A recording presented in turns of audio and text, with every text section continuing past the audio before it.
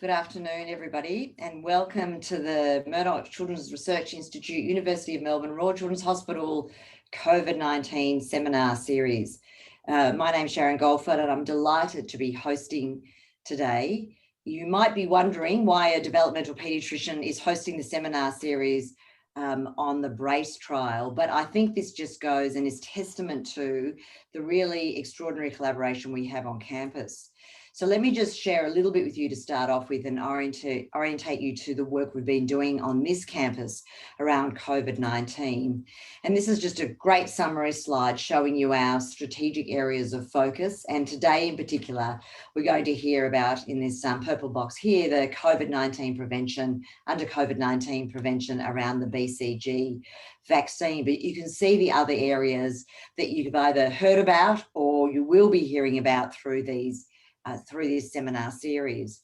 Just a little bit, this is just a bit of a summary of who's on our steering committee. On a slide coming up, I'll give you a bit more detail about them. Again, you'll see they come from across all areas of the campus, and I guess that is one of the silver linings of COVID-19, is that it's brought many of us to the table to think about very similar issues, but from different points of view. And you can already see how very productive everyone has been. And this has been quite extraordinary. All of you will know how difficult the last year has been. And it's just amazing to see how productive our researchers, and in particular our young researchers, have been during this time. Here we are. This is just a little bit more. I won't spend too long on this. All of this is available on the website. So if you go to the MCRI website and go to the area on COVID-19, you'll see all of the information about these amazing people and also about the research that's going on. Similarly, we've had other seminars through this same vehicle. We tend to do them on Friday afternoons. We're still deciding whether that's a good thing or a bad thing, but apparently after 12 you can start drinking. So pour your glass of red wine if that helps. Nigel would pour one too if he could. So we've got these other seminars. We've got the back to school one, which was the first of our series, which coincided with the report that the Murdoch did in helping Victoria make decisions about getting kids back to school after the second lockdown. Vaccine preparedness, the long-term impacts of COVID-19, and we also have one on global health. These are all available on our website. They've all been recorded. If anyone has any interest in going back and looking at them, we are going to revisit a number of these over 21 and 22. As you know, it's just an incredibly moving feast, COVID-19, and just when you thought it was all over, it's really not over. And so if anyone's on from Sydney, our thoughts go out to you. We get it. So today I've got the great honour of introducing Nigel Curtis to you. For those of you who are on the campus, you'll all be very aware who Nigel is, but I will read out his bio for those of you who don't know him. He's a paediatric infectious diseases physician and clinician scientist, and he leads the infectious disease research group here at the Murdoch Children's Research Institute. He's also a professor of paediatric infectious diseases at the University of Melbourne and the head of infectious diseases at the Children's Hospital. He's also, and most importantly, the Chief Principal Investigator of the BRACE trial, which is the BCG vaccination to reduce the impact of COVID-19. So today is going to be really an extraordinary seminar. Normally we have a smaller number of presentations and a panel, but this is such a cornerstone project for the campus. And I would suggest for the world that today Nigel's going to be talking about the challenges of running a trial like this during the pandemic across Australia and across a number of countries, and what that's meant and what his early learnings are from running a trial like this. So Nigel, I'm going to stop sharing and hand over to you. And just a reminder to everybody, please put any questions in the Q&A. We will monitor that. And at the end of it all, we'll have a little bit of time to go back to Nigel and ask him some questions. So please don't hesitate to put them in. We'll come back to you at the end. Over to you, Nigel. Thank you very much for that introduction, Sharon. Now I'm just going to share.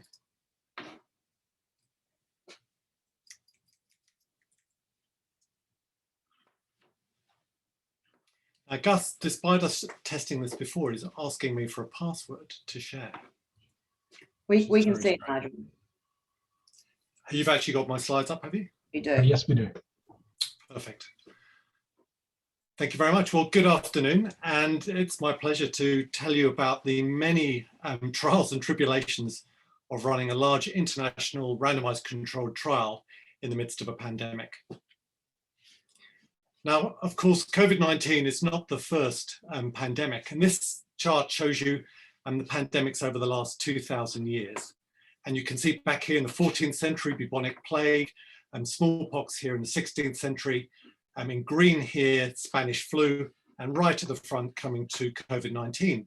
And the size of these fluffy balls represents the number of people who have died from each of these pandemics. And the interesting thing is, if you look at because of course the population of the world was much smaller in the past. So for example, when Black Death occurred, there were only 0.39 billion people on Earth. And so Black Death actually killed 50% of the world's population.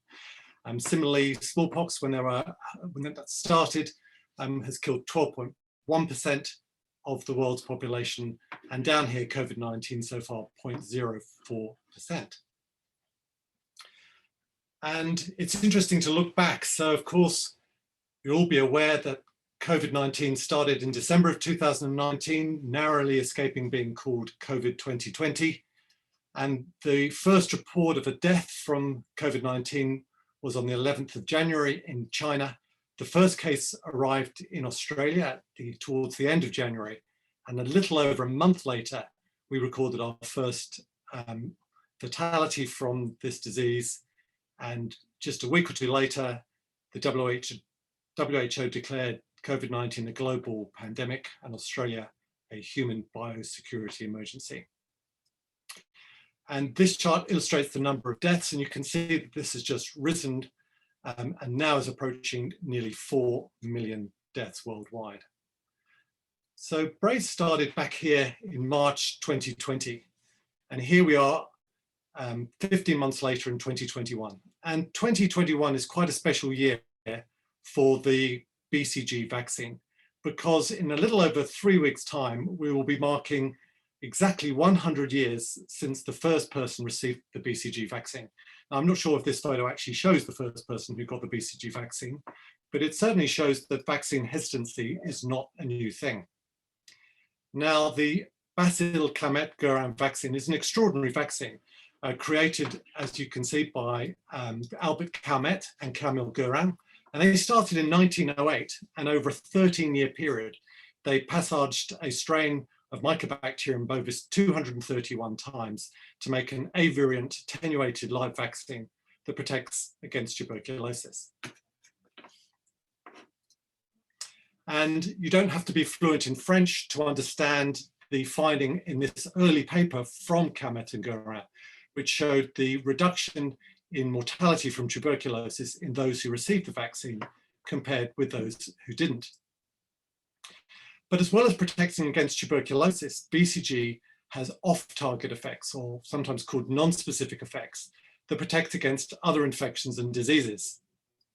And this is very nicely illustrated from this paper from over 20 years ago, from a large randomized controlled trial in West Africa in a high mortality region, looking at babies who either did or didn't receive, in a randomized controlled trial, BCG vaccination at birth.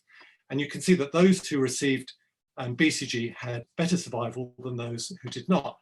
And the gap between these is really not due to protection against tuberculosis, but it's due to protection against the kind of infections that kill you if you live in a high mortality country in Africa in the first 6 months of life. So it's really deaths from sepsis and respiratory infections other than tuberculosis. And it turns out, in fact, that this finding is not new. And in this same paper, you can see that Calmette and Guerin also documented that, as well as protecting against tuberculosis, when they looked at mortalité générale, or all-cause mortality, they found there was also a reduction in all-cause mortality in those infants who received BCG. So this is something that's been known for a very long time. And we now understand that BCG has the ability to enhance the immune response to a range of different infections. And this, over the last 5 to 10 years, has been increasing understanding that this is by inducing what is called trained immunity, or improved innate immune response. So before I can tell you how to do a trial during a pandemic, I just need to briefly tell you what the BRACE trial is. So in the BRACE trial, we've randomized nearly 7,000 healthcare workers around the world to either receive the BCG vaccine or not. And we're following those healthcare workers for 12 months. And each time they become unwell with any symptoms that might be consistent with COVID-19, we ask them to fill in those symptoms on a daily basis until they're well on a custom-built app on their smartphone, and also, of course, to undergo testing with a respiratory swab for SARS-CoV-2. We also collect surveys every 3 months to collect any information that might be missing. And we also collect blood before they receive their vaccine or placebo, and again, every 3 months during the trial. Now, the primary outcome for the BRACE trial is at 6 months. And we've recruited initially in Australia, and then in basically in 3 countries in Europe and 1 in South America. So we now have 34 sites in those 5 countries. And there are nearly 400 collaborating researchers working on this trial. Now, as far as recruitment, what the statisticians will tell you is that you need to recruit in a straight line from 0 to nearly 7,000 like this. But that's, of course, not what happens in real life. And this is what happened in the BRACE trial. We had a very fast start in our 2 sites in Australia, in Melbourne and in Perth. And then we slowed down. But we carried on recruiting in Australia and Adelaide. We added in sites in the Netherlands, and then subsequently in Sydney, the UK and Spain. We then added in sites in Brazil when our recruitment rate accelerated.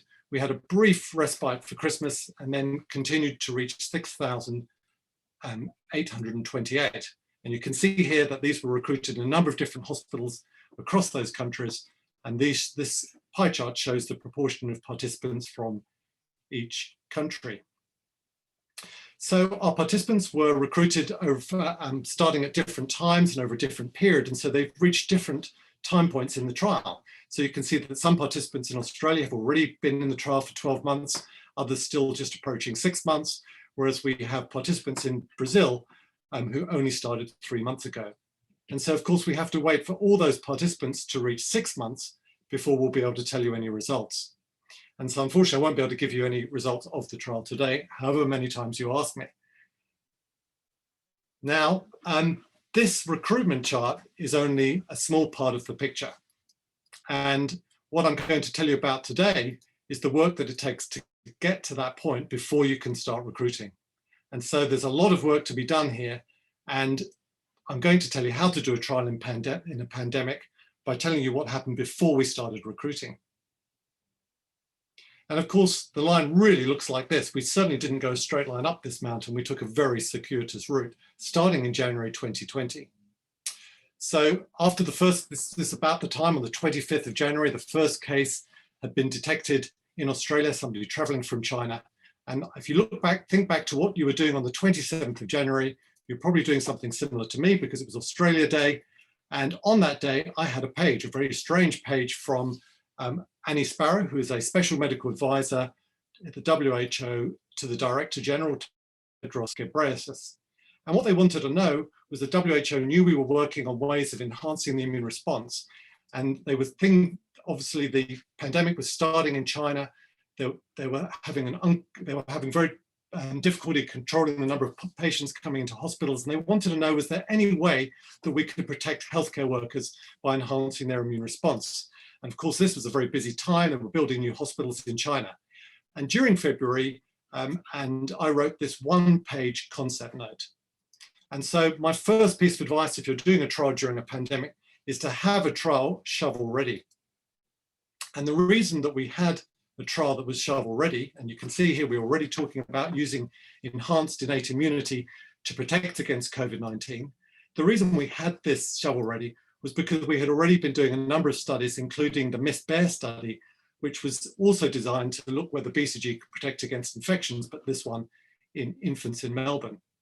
But looking back, MIST-BEAR was really like the Yuyangs compared with the mountain that we had to climb in the BRACE trial. So you can see the rather uncatchy title we had, Exploiting Trained Immunity Induced by BCG Vaccination to Enhance Protection Against COVID-19. And we realized we needed a much better name for the trial. We needed an acronym. So we experimented with a few ideas. We started off with BCG for coronavirus exposure protection, or BCG cover. We then had Melbourne adult study, BCG against COVID-19, MassBack. We had B-Core, we had BCG Covir, which didn't quite sound right. So then we tried BCG cover, BCG for coronavirus exposure reduction. But I think you'll agree with me that none of these really worked. I then thought I'd come up with a great idea to have the ABC trial, simply the Australian BCG trial for COVID-19. In fact, I thought we could have the ABCDE trial, because we could have the trial for COVID-19 disease exposure, and we could go one step further to Australian BCG trial for COVID-19 disease exposure in frontline genital healthcare workers in jeopardy, the ABCDEFGHIJ, etc. But I was voted against by the team. We thought about calling it the alphabet trial, but fortunately, Samantha Bannister and our team came up with the BRACE trial, BCG vaccination to reduce the impact of COVID-19 in healthcare workers. If you have a similar problem, I'd recommend you just simply go to trialacronym.net, where there's a generator produce a much better acronym for trials than we certainly did initially. So I took this one-page concept note to Andrew Davidson in the Melbourne Children's Trial Centre, and Andrew said, "That is a crazy idea, I'm in." And then we then took that to Catherine North, the director of the MCRI, and fortunately she said, "Go for it." And so my third piece of advice is to have a research institute director back you. And Catherine certainly did that. She said that she would underwrite the trial to start with and help us get going, because when you're in the middle of a pandemic, you can't go through the usual process, which of course takes months and possibly a year before you can get any funding for a trial of this size. So that was really a very important factor in us being able to get going rapidly. So what we did next is call an urgent meeting of trial experts. And we did that on the 8th of March, which you'll note is a Sunday. And I got everybody that I knew, all the people working in my group, other people's groups, people on campus who really knew how to run a trial. And this was the Labor Day weekend. So we all got together, one of the last meetings that we all had face-to-face. We got together at the Children's Hospital and we mapped out how we would do the BRACE trial. And of course, that starts with a trial design. And the trial design starts with PICO. And the first thing you have to think about in PICO is the population. And even this wasn't easy, because we had to think of inclusion criteria. And initially we thought that we would include those who are at the front line in intensive care units and emergency departments, because they would be the ones seeing potential COVID patients. But then we realized that in fact they are relatively well protected by PPE, and maybe we should be looking at other healthcare workers in the hospital system. And then we thought, well, maybe we should be looking at other frontline workers, teachers, maybe even those working in supermarkets and cleaners, or should we just include everyone? And lots of debate about this, but just in terms of pragmatism and getting going quickly, we decided that we would include anyone who was working in the healthcare system in a hospital to make things easy to recruit, because all of those could be exposed to SARS-CoV-2. Similarly, we had to worry about who we would exclude. We wondered about whether we should only include those over a certain age, because it was already known back in March 2020 that the disease was more severe with age. We wondered whether it mattered if you'd previously had the BCG vaccine, and whether we should include those who'd had that vaccine before, and how we would deal with giving a vaccine to those who were potentially pregnant. Our decision in the end, again, pragmatic, we would include everyone regardless of age, regardless of whether they had had BCG, because we could look at those factors in later analysis. The intervention, much easier. Obviously, we were going to use BCG, but even that was not quite so simple, because there are multiple different types of BCG. But fortunately, we couldn't think about that because there was only one BCG available in Australia at that time, BCG Denmark.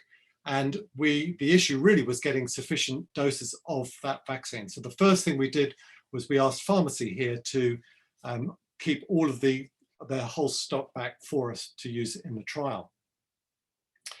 The next issue was to choose a control. Now, when we started this vaccine, it was just coming up to the influenza vaccine time. So this is back in March, April. And so we realized that we could use the influenza vaccine at the same time as a control. And subsequently, once it got past the influenza vaccination time, we used a saline placebo. Very difficult, though, of course, to find a suitable placebo, given that the BCG vaccine gives you a scar. But nonetheless, it doesn't always give you a scar. So those who don't have a scar really can't be sure whether they did or didn't have the vaccine. Now, the most important thing, of course, is the outcome. And as you all know, following SARS-CoV-2 exposure, there's a spectrum of disease ranging from asymptomatic to mild, moderate, severe disease, and ultimately death. And we decided that we would have two outcomes, both severe COVID-19 and symptomatic COVID-19. So we have co-primary outcomes. And the reason we did that is because although you might expect that by enhancing the immune response, you might have both less severe disease and less symptomatic disease, it's also possible that by enhancing the immune response, you might actually have more fever and you might have more mild disease while still having less severe disease. So we thought it was very important that we measured both as best we can. But even that was not easy because there were no definitions back in March 2020 of severity over and above being hospitalized. But being hospitalized, of course, depends on demand on the health service and will be different in different countries. And so we wanted to also to include non-hospitalized. The other reason to do that is that we had the dreaded sample calculation to think about, and we had decided that a clinically beneficial reduction would be at least a 1/3 reduction in severe disease. And the power calculation we were using, we thought we needed to assume that about 4% of our participants would develop severe COVID-19 in the control group. But the problem was, we weren't sure what that 4% would comprise. How would you define that particular degree of severity? And we had a long discussion with various people who were seeing lots of COVID. We spoke to colleagues in the WHO and at the Gates Foundation. And we obviously would include those who died or were hospitalized, but we decided to have a definition of non-hospitalized severe disease as those who were incapacitated for 3 consecutive days. Again, it's a bit of a shot in the dark. We thought it was high risk, but we thought that really mattered because if healthcare staff were sick for 3 days, that would be one reason why they couldn't work. And we defined that 3 days incapacitation as either non-ambulant, pretty much confined to bed, or unable to work other than for quarantine reasons. So having designed your trial, you then of course need a protocol, participant information and consent forms, and you need a budget, all of which take a long time. I won't belabor them, but we were really running out of time because it was this time that we were hearing that it was quite possible that we would be running out of ICU beds and ventilators. There were already reports of healthcare workers being infected whilst working. And so there really was a race against the clock. And so we really were aware that we needed to start by the end of March because the predicted wave of COVID-19 in Australia was going to occur sometime towards the end of April. And we wanted to give the vaccines enough time to work before our participants were exposed to the infection. So we had 3 weeks. And in that time, we had to accomplish quite a large list of things, including ethics approval. We had to have trial registration. We had to have governance approval. We had to register with the TGA, clinical trial notification. We'd need to find collaborators in different sites. We'd have to have, therefore, legal contracts. And of course, we'd need some way to collect all the data. Now, we previously had databases that we'd been using for Miss Bear, but these needed major changes, in fact, rewriting for use in the BRACE trial. We also wondered how will we collect information on symptoms from our participants, given that they're all going to be, many of them will be stuck at home, social distancing, all the difficulties associated with a pandemic. And so we decided the best way to do this was through an app, and we were able to have an app built within a few weeks of starting our trial. And all of our consent was done electronically, so we needed specific procedures designed for this. We needed a website, we needed the help of media and comms. Although we had a supply of BCG to get started, we didn't have enough for the whole trial. So we had to have long negotiations with the suppliers in Denmark to ship sufficient BCG for the whole trial, not just to Australia, but to the other sites worldwide. We needed research staff, we needed recruitment nurses, we needed phlebotomists, we needed immunization nurses, but also those that were specifically trained to give BCG, which is an intradermal injection and more difficult than a regular vaccination. We needed a large number of laboratory staff, and this trial involves a huge amount of data, and we needed the data managers and other staff. We needed, for the laboratory and for our clinic, we needed to have operating procedures all written, including additional rules for COVID-19, such as how long you need to leave the lid closed on your centrifuge before you can open it. We needed to train lab staff and clinic staff, and we needed lots of equipment. We needed equipment for the clinics, including PPE, and we needed lab supplies, which of course included tubes to collect blood, tubes to store blood. We used barcoded tubes for the whole of Brace, and we needed freezer space. We needed a lot of freezer space, it turns out. So we started that meeting on March the 8th, and I had a most fantastic team who really did work day and night, 7 days a week for 3 weeks. And we were able to start recruitment as we hoped at the end of March. So on 30th of March, we started recruiting at the Royal Children's Hospital with all the difficulties of social distancing at a time before we realized the importance of masks, as you can see. And here you can see the staff doing consent electronically and collecting blood before they received their vaccination. Space became a major issue, very difficult to do a study with social distancing, but we were lucky enough to use one of the lecture theatres in the hospital to increase the number of people we could recruit at any one time. Now, we couldn't have done this alone just with our fairly large team. The reason we were able to get our trial going in 3 weeks was really the extraordinary support that we had from everyone at the MCRI, and the fact that they were all prepared to accelerate the normal timelines of getting a trial started. And I really want to thank all the people who are listed here. So we had the most extraordinary help from the ethics team, including out of session committee meetings to speed up the process so that we could have approval. Everyone at the Melbourne Children's Trial Centre, extraordinary help from the legal team, scientific services, the biobank, the immunisation service, pharmacy, experts in REDCap, statisticians in CBU, help from IT, operations, engagement and philanthropy, the comms team, finance, HR and grants.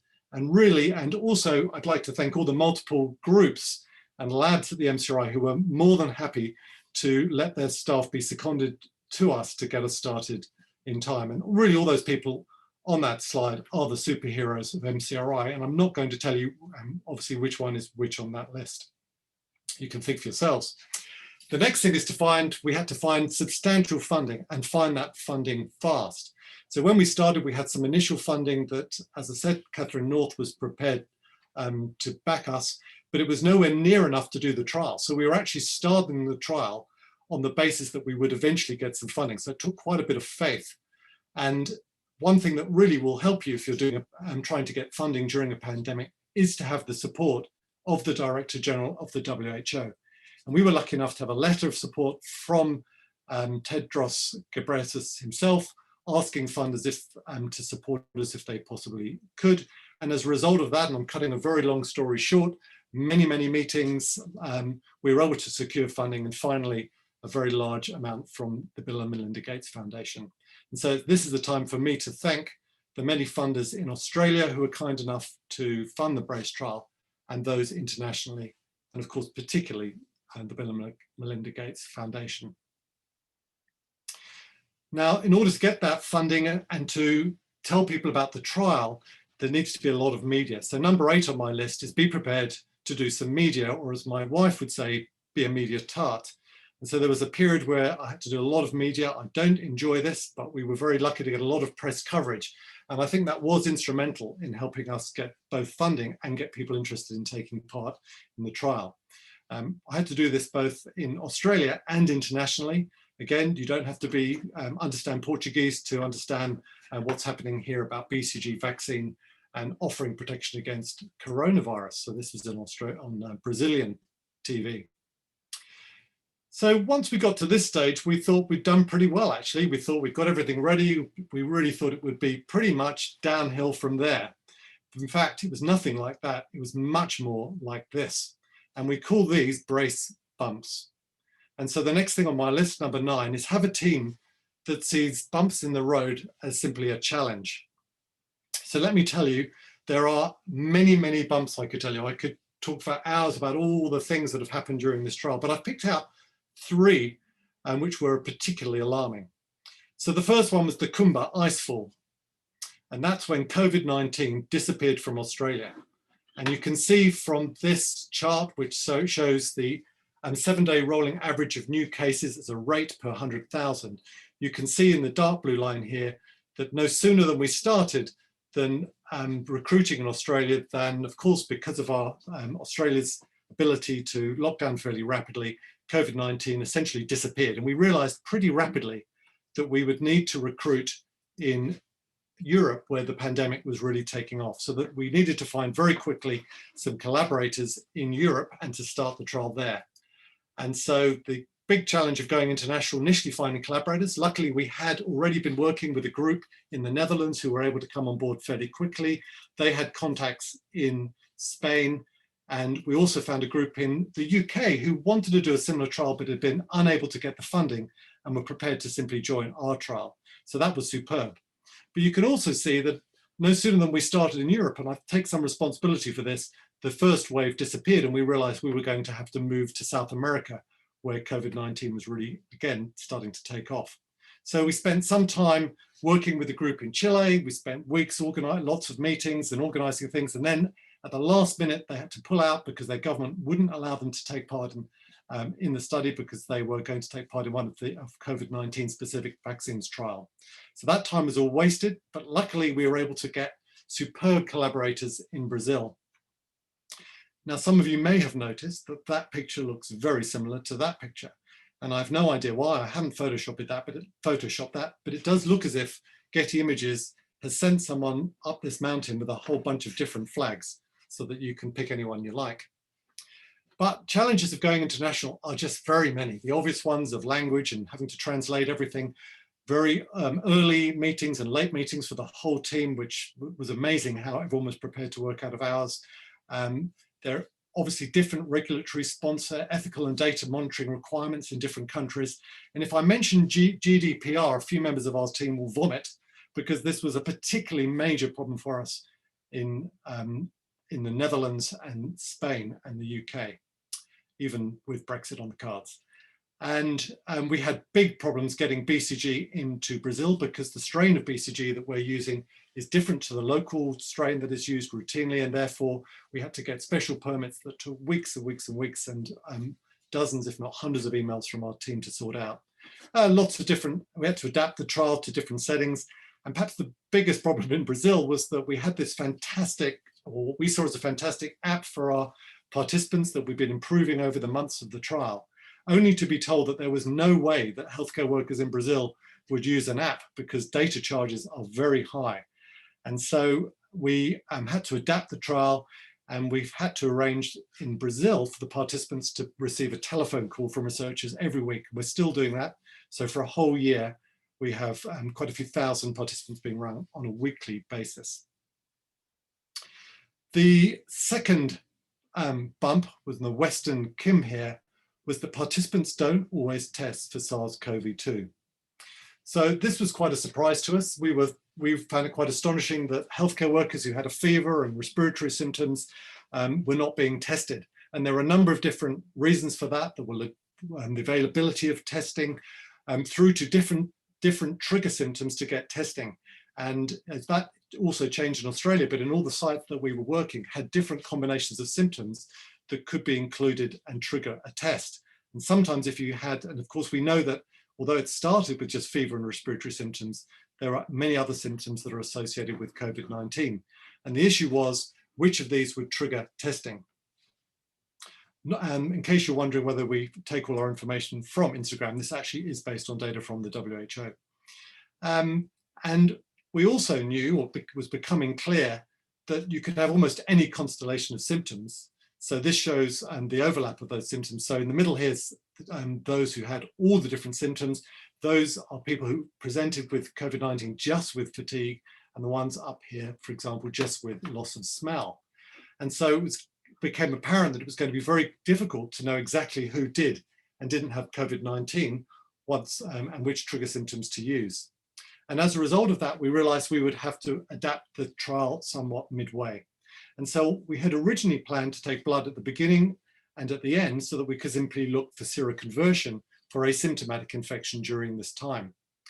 But because we needed to know, because there was information coming out about waning of antibodies during this time, we decided that we would add in a blood every 3 months so that if a participant didn't have a swab, we would be able to look for seroconversion after they'd had that episode. And of course, this was a problem because that meant changing the protocol. We were already on to version 20 something, more ethics in all the different sites, and of course, additional costs because that meant more staff, more inconvenience for our participants. Instead of just coming to see us twice, they now had to come back 5 times, and of course, the funding. So the next challenge was the LOTC face. And this, of course, is the elephant in the room, or in this case, the elephant on the mountain. And that is that COVID-19 vaccines arrived much earlier than any of us expected. So the first patient received, it was a Pfizer vaccine at the end of December 2020. And of course, this is wonderful news in general for the world, but it's bad news if you're doing a trial of a prevention for COVID-19, because of course that's going to make recruitment more difficult. And of course, our healthcare workers in our trial are those that were being prioritized for COVID-19 vaccines. And once they've had their vaccine, we would hope that they would have much less chance of having severe COVID. So this really was a massive crevasse for us. But as I've told you, I have a fantastic team, and when they come across a crevasse, they simply build a bridge over it. Although I have to say there were times during this when we did think this might be a step too far. But the good news is that we had already recruited over 6,000 participants to the trial at the point that COVID-19 vaccines became available. And our trial is not simply about COVID-19. Of course, that's our primary outcome, but we are measuring a number of secondary outcomes because BCG vaccine, if it does work in adults, which has never been shown, it will reduce the impact not just of COVID-19, but other illnesses. And so we've been collecting data on any other respiratory illnesses, on recurrences of cold sores, and also on allergic disease, for which there is some evidence that BCG can reduce. Also, our study has a major immunological component. So with those bloods that we're collecting, on all participants, we're doing relatively deep immunology.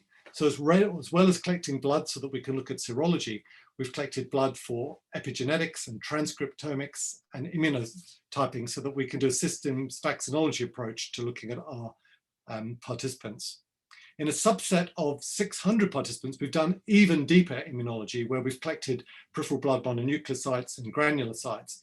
And in real time, with a very busy lab headed by Nicole Messina, we have been doing whole blood assays where we've been stimulating blood with a range of specific and non-specific stimuli, which are now stored down so that we can subsequently look at multiple different cytokines and do further immunophenotyping.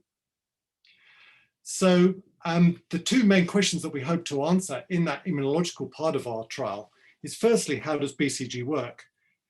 Now, extraordinarily, despite this vaccine being over 100 years old, or nearly 100 years old, it's not really understood how it protects against tuberculosis. And we're only just starting to understand the mechanisms underlying its ability to protect against other infections. And so we'll certainly be using the samples for this. And of course, the second question we want to ask is, why do some individuals develop severe COVID-19? And we're in a very good position to answer this question because we have a sample that is taken before our participants were exposed to disease. And so we will use samples from those who develop severe COVID-19 and maybe just symptomatic COVID-19 and controls to look for biomarkers at baseline that predict resistance or susceptibility both to the infection and severe infection. And finally, but certainly not least, we've added 2 sub-studies to the trial. And this comes under the BCOS studies, the BRACE COVID-19 specific vaccine sub-studies, the first of which asks whether BCG vaccine might improve the response to COVID-19 vaccines, because there is some evidence that BCG can enhance the antibody response to vaccines that are given after it. So we've done some work on this in the MISS-BEAR study and this systematic review from our group. And so in Australia and in Brazil, we've taken additional blood samples from some very willing participants before they have their vaccine and 28 days afterwards, so that we can look at a range of, so we can look at antibody responses and of course cellular responses to their vaccine and ask whether BCG improves these responses. The second thing relates to the emergence of severe disease and variants in Brazil. One of the really harrowing parts of our trial is that we've been having weekly or twice weekly meetings with our with our research group in Brazil, and it's been really quite distressing when sometimes we've heard of their relatives and friends who've been unwell with COVID or even died of COVID. And even during Zoom calls where people have had to leave because they've suddenly heard that one of their relatives has been admitted to hospital with COVID. So we've had a really kind of close-hand view of the epidemic in Brazil. And of course, it's there that one of the variants of concern has emerged, the Gamma, which used to be called the P1 variant, which has really been exported all over the world, fortunately not Australia. But the question we want to ask, and that has been, for which we received additional funding from the Gates Foundation, is there a difference in the response to the vaccine in those who do get the Gamma variant disease compared with those who get the regular strain? So this has become a very large part of the study and has been a very large additional piece of work for our team. And finally, I should point out that even though our participants have had these vaccines, as we all know, these vaccines are not completely perfect and don't provide 100% protection.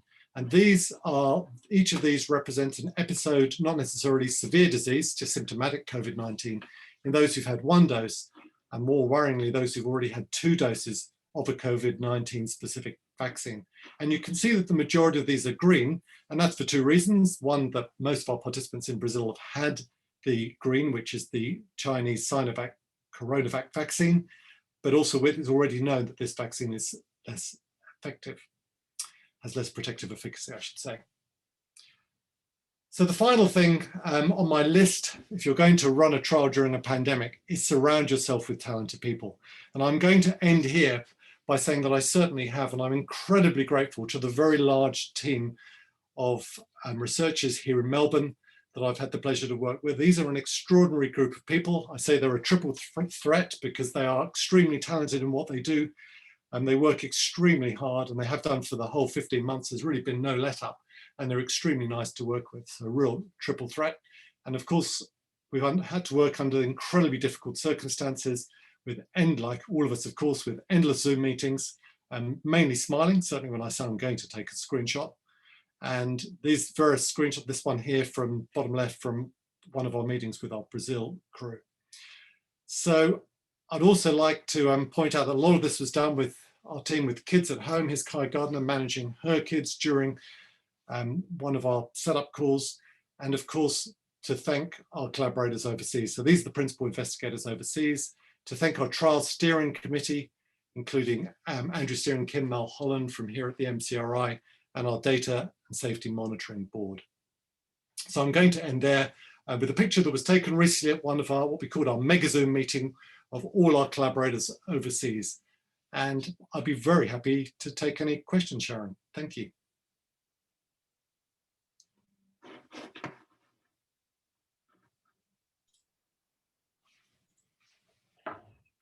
Thanks so much, Nigel. And wow, I think everyone's just kind of exhausted just listening to that, let alone what you've actually managed to achieve. I guess that is kind of one of the upsides, isn't it, of the pandemic, which has kind of shown us the difference between what we might do and what we can do. And I think we've seen that in a whole range of things across a whole range of industries, not the least of which is, you know, the move to telehealth in 2 weeks, the fact in Australia we had JobKeeper and JobSeeker, that, you know, these sorts of extraordinary things where we thought that would never happen. Like you know, if someone had said to you 2 years ago, you're going to set up an international trial in, you know, in less than 6 months, you would have said, you know, that's ridiculous. Nobody could ever do that. But what I really love, and I think what everybody else is probably really loving, is that you didn't stand back and go, well, that can't be done. Everyone just went, well, that probably can be done, and let's just get on and do it. And people not just got out of the way, but actually enabled that. And there's lessons for that on a range of things for us to reflect on, I think, not just on the BRACE trial itself, but more generally when it comes to thinking about the health and welfare of kids. What are the sorts of things that we could or should be doing, but have always thought was too hard, and well, maybe it's not that hard. But on a more specific note, I'm looking in the questions and I'm hoping people put some in, but I have a question for you, so I might start it off. So there's been a fair bit in the media as well about other BCG trials going on, and other BCG research going on. I wonder if you might comment on that, and in the context of this trial, and where you think the kind of BCG race is all up to. Yes, there's been a lot of BCG's never had so much publicity, that is for sure. And I think if you didn't know before that BCG had effects beyond its protection against TB, you certainly do now, not just from me, but it's really been all over the news everywhere. And one of the mistakes that was made is that many people took this to mean that maybe they were protected by BCG if they'd had it in the past. And so immediately lots of people with nothing much else to do, I think, started to gather information on BCG coverage rates in different countries and did ecological studies to say, could they relate how much BCG was used in a country to the rates of COVID-19 in that country? And to me, that's fundamentally faulted for multiple reasons. The first of which is it's very difficult to get accurate information on BCG coverage. And the second is that the rates of COVID are dependent on so many other things. Obviously, when a country locks down, as Australia has shown, on healthcare systems, on how much you're testing, so many other things that are more important. And so really, those ecological studies are completely flawed. But the much bigger concept in that is that trained immunity, this ability for BCG to enhance the innate immune system, is likely only to last for a year or two, because it'll be mitigated by other vaccines and other infections that occur subsequently and that are also affecting the immune system. So we think the trained immunity only lasts a short period. So looking back at people who might have had, there've been studies saying people who've had BCG 10, 20, 30 years ago, comparing it with those who haven't, finding no difference, that's exactly what we would expect. So it's not something that lasts for decades. Now, despite that, and despite me having made that point on a number of occasions, there are something like 30 to 40 publications that have addressed this. There are even kind of reviews of those papers looking at this, even though the whole concept is flawed. So that's one set of studies. The other is that I can actually show you some, let me just quickly go to this. So just to,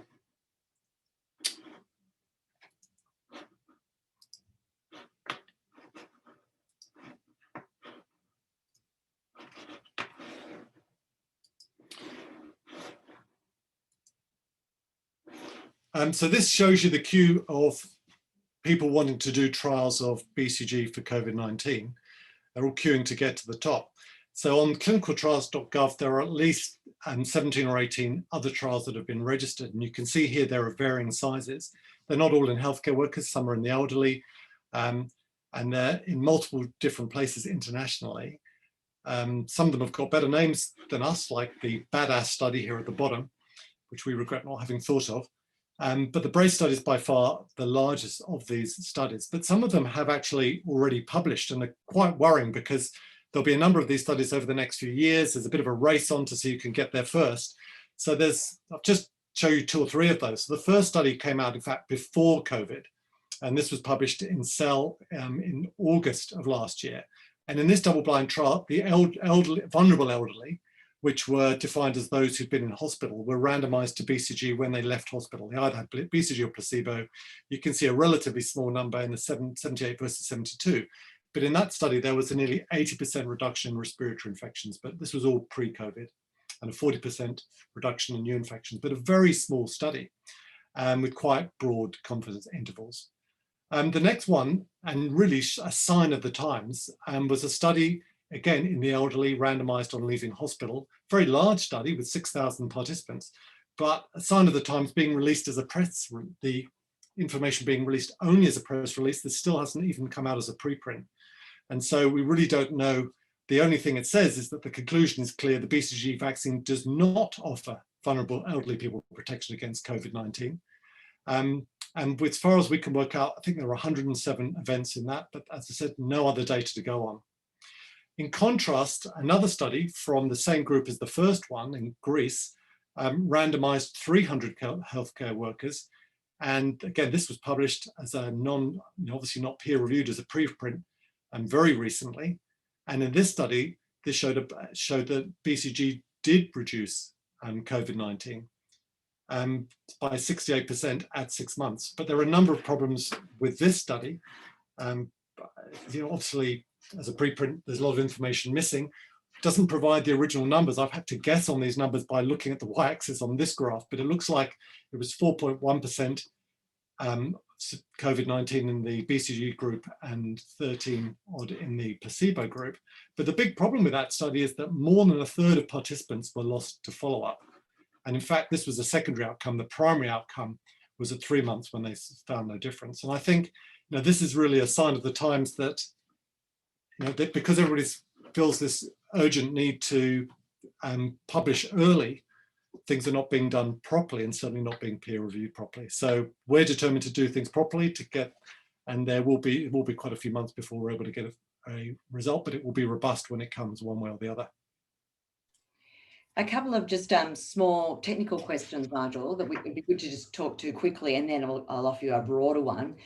One is just a bit of clarity about the placebos, and that they just confirming that people did have a placebo vaccination. And the other is just confirming, but I think you've sort of spoken about that, but a BCG may protect against non-respiratory infection as well.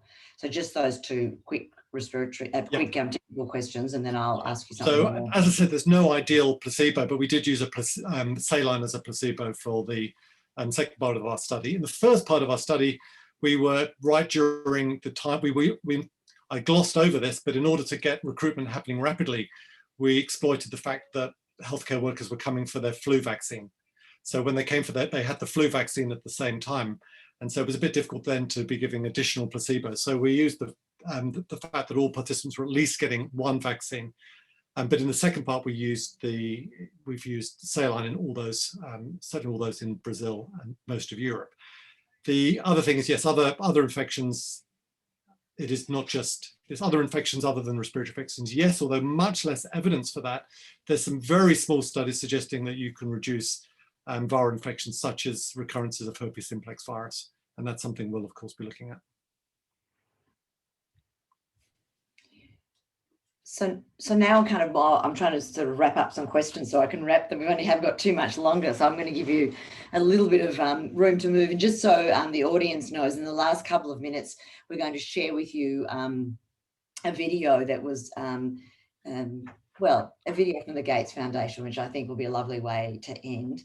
Also, I do just need to apologise to everybody. I did omit an acknowledgement of country when I started, so I do want to acknowledge that we're sitting on and standing on Wurundjeri country of the Kulin Nation. Pay my respects to elders past, present, emerging, and again apologise for missing that over. We were so eager to get going.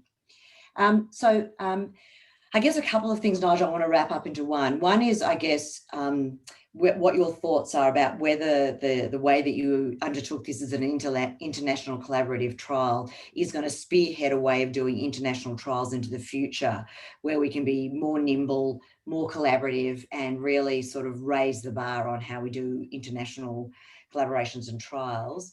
And the second, and I think this will be a really interesting one to end on, and it comes from Andrew Steer. So I think it's a good one to end on, which is given the size of this trial and the length of this trial, for all of those who know you and for those who don't know you, how did you keep going with all the trial stuff in the middle of the night, the length of this, the expectations that lay on you to do this sort of work, and also, maintaining a family and all the rest of it through it. So 2 bits to that question. One is about, is this going to spearhead a whole way of doing international trials?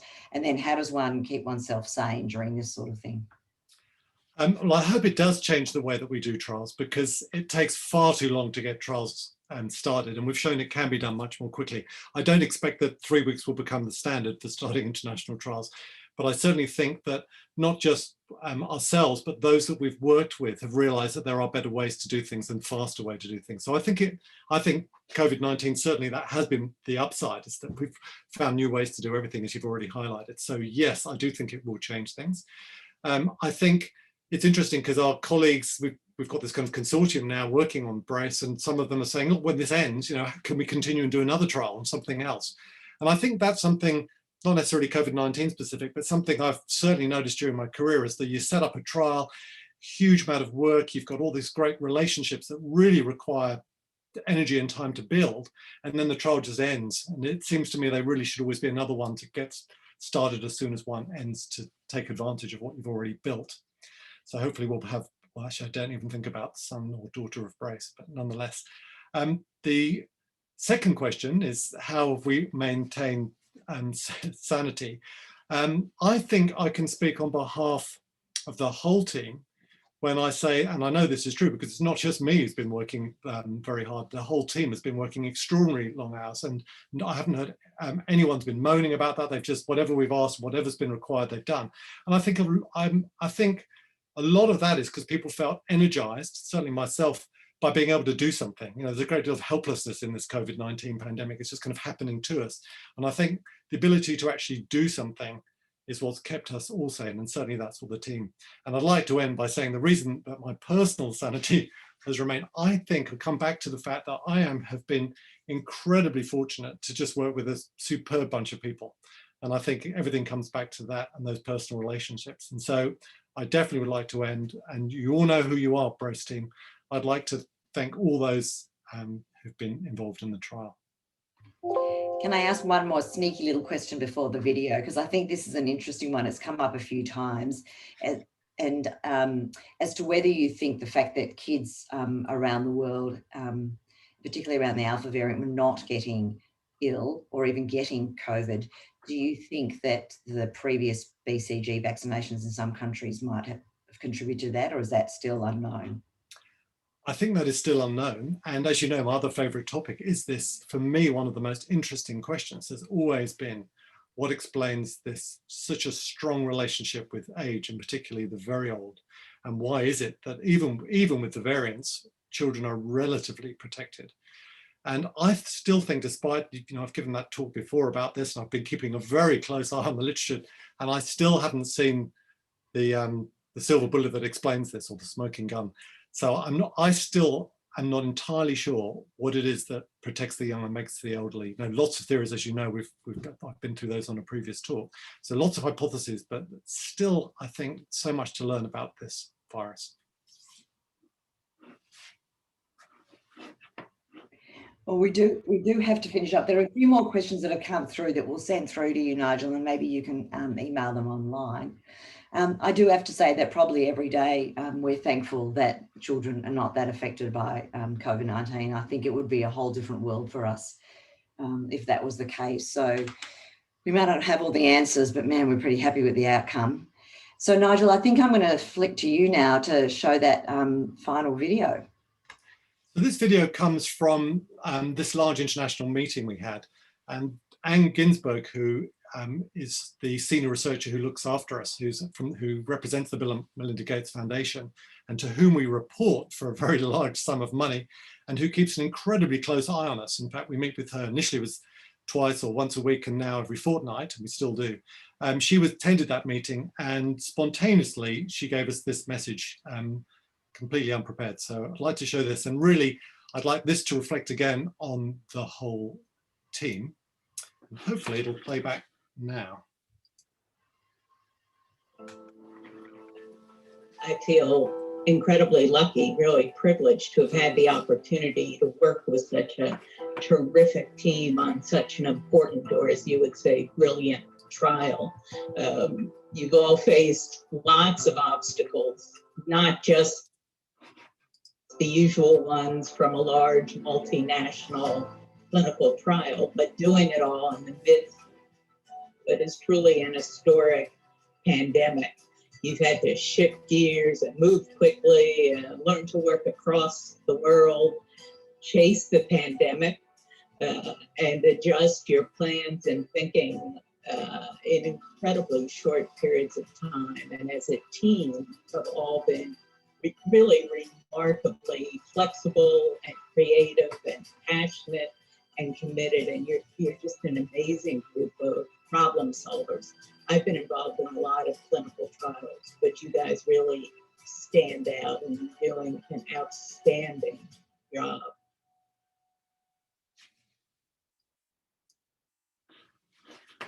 That's definitely a great note to end on. Thank you so much, Nigel, for sharing all of that with us. As I said, there's a few more questions that have come through, that we'll send through to you. Thank you so much to the audience. We had about 70 people on from about the beginning. So I think nobody asked what the results were, Nigel. So they didn't they didn't question you, but no doubt you'll be back here in a few months' time to be able to tell us the results, at least from the first 6 months, which would be very exciting. Thank you very much. Thank you, everybody. Have a great afternoon and a great weekend.